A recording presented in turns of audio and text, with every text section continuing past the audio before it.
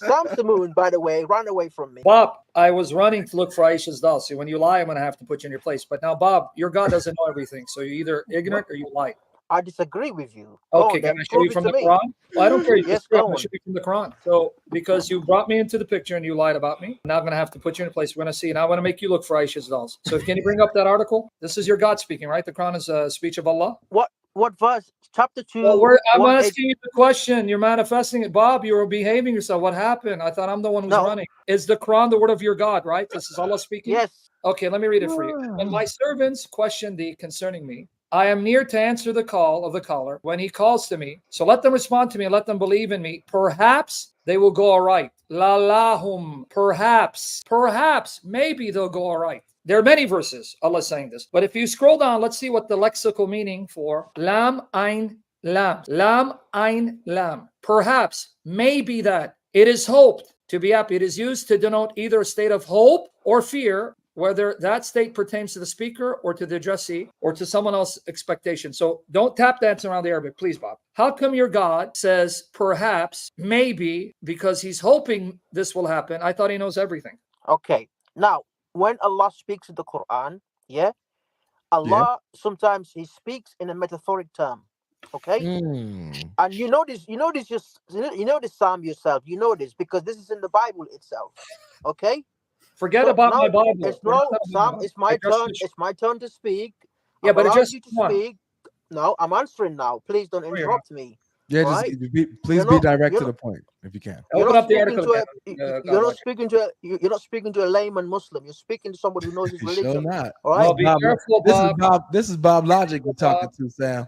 By the way, scroll down to 48:27 because I'm gonna let him bury his own grave. Thank you. Yeah. So when Allah speaks, he speaks in a metaphorical term sometimes. Okay, but it doesn't mean that it is literal because this is itself in the Christian Bible. How do you know? How do I know? My Christian Bible's corrupt. Why are you appealing to the Bible? How do you know? Yeah. How do you know this is metaphorical? Because when Allah says perhaps, He's actually using that in a metaphorical term. How do you know? How do you know? Because Allah speaks in that way sometimes. He speaks in that way. Why? That's the point. Another circle. Why? Why? Because Allah can speak anyhow He wants. So He can speak like an ignoramus who has to hope for things, and he's not. No, of course not. Okay. Now there's verses in the Quran where Allah says constantly He is all knowing. This is how I come to know. This is a metaphorical term. Well, it's a contradiction. It's not. It's not a contradiction, Sam. It's not a contradiction. Okay. How about this verse, Bob? You tried your best. How about this one? You, Bob, being a Muslim, because you're not an ordinary Muslim. You just told everyone you're a special Muslim. You're at a higher level. You know that Muslims will say, Inshallah, if Allah wills, because they don't know the future, right? That's right. You may plan something and it doesn't happen. So you have to say, Inshallah, right? That's right. Yeah, that's right. So why does Allah say, Inshallah? Doesn't He know what's going to happen? Show me the verse. I need to see the verse. 48:27 right there. Right here on the screen, brother. Let me read it because context is important. Okay. Indeed, Allah shall fulfill the true vision which He showed to His messenger in very truth. Certainly, you shall enter al-Masjid al-Haram, insha'Allahu, if Allah wills. But wait, that's Allah speaking. You'll enter Masjid al-Haram, inshallah, if Allah wills. So Allah's saying, you'll enter if Allah wills. So doesn't Allah know His own will? He doesn't know. No, this is okay. It's metaphorical, yeah?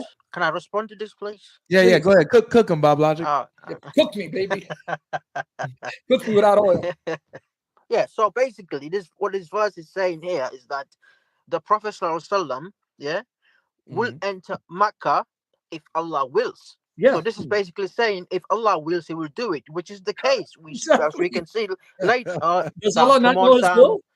Come on, Sam. Allow me to speak, Sam. I don't think they understand what arguments are. I think come on, Sam. Don't understand what an argument is and how to. Come on, Sam. I allowed you to speak. Okay, but Bob, let me restate the question. Okay, let me restate it. Does Allah know whether Muhammad's going to enter the masjid or not?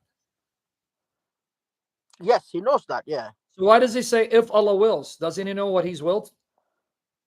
No, of course, He knows what He wills. Yeah, it's basically if Allah wills? He's speaking to the Muslims here. Yeah, who don't know. Remember that the Muslims who don't know. Yeah, but Allah knows. So, yeah, but he's speaking to the Muslims who don't know. So by communicating with them, He's speaking to them in a human way. Okay, for them to understand. This is why Allah mentions it this way. Okay, because it's not like Allah is speaking to himself. He's speaking to human beings who don't know. So by mentioning that, he's speaking to us, telling us if Allah wills, for us to know that it is up to him to allow it or not. And of course, that was happened later on. The Muslims later on realized that Allah willed it. So he's Yeah, speaking to us. Remember that. that's He's fine. not But speaking why to does himself. Allah have to say, Bob, take it easy. Why does Allah It's have fine. to say, you will enter Masjid Allah, Masjid Haram if Allah wills? But excuse me, Allah, did you will for us to enter? Oh, if Allah wills. No, but that's not the answer. Is it your will for us to enter? Inshallah. Did you understood it, Sam? Yeah, you're saying Allah speaking as a man. So notice what you did. When Jay asked you, you likened Allah to a human with body parts, and now you're likening Allah to a human who has to say, if God wills. Now expect the human to say that because he doesn't know. But when Allah is telling you, you will enter Masjid al-Haram, and he stops, inshallah, surprise David, if Allah wills. And we bring these days to men by turns, and that Allah may know those who believe, and take witnesses from among you. And Allah does not love the unjust, and that he may purge those who believe and deprive the unbelievers of blessings. Do you think that you will enter the garden while Allah has not yet known those? Allah has not yet known? Allah has not yet known. How come Allah doesn't know yet? And he has to test you in order for you to pass the test with faithful, and then Allah will know because he doesn't know yet. Let me read it in the Quran.com among people, so that Allah may reveal the true believers. It doesn't say may reveal. But anyway, that's okay. Keep going. Well, that's what it says here, reveal. Yeah, that's your butchering of the Arabic, because I'm going to even give you the Muslim scholars that I quote in that article say that's not what it means. But go ahead, Bob. You're trying. Okay, well, let me continue to read because the viewers want to hear as well. Okay. By the way, did you Allah, catch, Avery, how they butchered 3140? They said may reveal. It says that Allah may know. And by the way, I knew the Muslims played this game. At the end, I quote the Muslim scholars where they admit there were Muslim scholars who use these verses to show that Allah does not know the future. So I'm already a couple of steps ahead of you. Yeah, that's what I was referring to. That the Ibn Taymiyyah thinks that God has to update his knowledge kind of on a daily basis. Yes. Okay, let me continue. Allah may reveal the believers, choose martyrs from among you, and Allah does not like the wrongdoers, and distinguish the believers and destroy the disbelievers. Do you think you will enter paradise without Allah providing which of you Without Allah what? Which of you struggled? You even pervert your own Quran. And patiently endured. So as you can see, Sam here. No, it doesn't say provide. Why didn't you go to Quran.com? You went to somewhere else. Doesn't say provide, Bob. Open up my article because I'm going to embarrass you for basing it on English. When the Arabic says no, it doesn't say provide, risk, or it doesn't say reveal, which would be wahi. That's not in the... Bob, I'm already a couple of steps ahead of you because I knew you Muslims would play this game. Scroll down. Because I don't go to Quran.com reading a Muslim butchering the Arabic to hide the fact that Allah has to do stuff to learn and acquire knowledge. Here you go, right here. Muhammad M. Ayub. He quotes Al-Razi on 3140 because he admits there were Muslims who use this verse to show that Allah grows in his knowledge, and he tried to explain it away. Yep, I'll read it. Razi is interested in the theological problems raised by the phrase "in order that God may know." Okay, now before you go on, Avery, this is Mahmoud M. Ayub on his volume on Muslim Exegesis of chapter 3. Did he say Allah may provide or Allah may reveal? Nope. He said Allah may know.